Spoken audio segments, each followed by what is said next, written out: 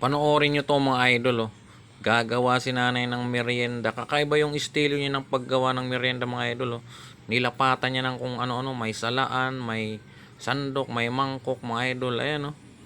Ayan, binilog-bilog niya mga idol. Hinulmahan niya ng mga salaan yan mga idol. Tsaka sandok mga idol. Ayan, may binuhos siya. Hindi ko alam kung ano yun. Ayan mga idol, binilog-bilog ni nanay, oh. Kakaiba yung estilo niya sa paggawa ng merienda. Ayan, nilapatan ng suklay mga idol. Ang galing, oh. Suklay lang yung ginamit mga idol. Ito naman mga idol, pamaypay. Grabe mga idol, oh. Pamaypay lang yung gamit ni nanay dyan mga idol, oh, para makagawa siya ng merienda mga idol. Tinapay siguro to gagawin niya mga idol, oh. Nilalapatan niya ng pamaypay mga idol. Ang galing mga idol, oh. Tapos nilalagay niya sa mangkok yung nilalapat niya na merienda mga idol. Ayan, nako, inulmahan ng suklay mga idol. Ayan, ganyan lang palang diskarte yan mga idol. Tapos nila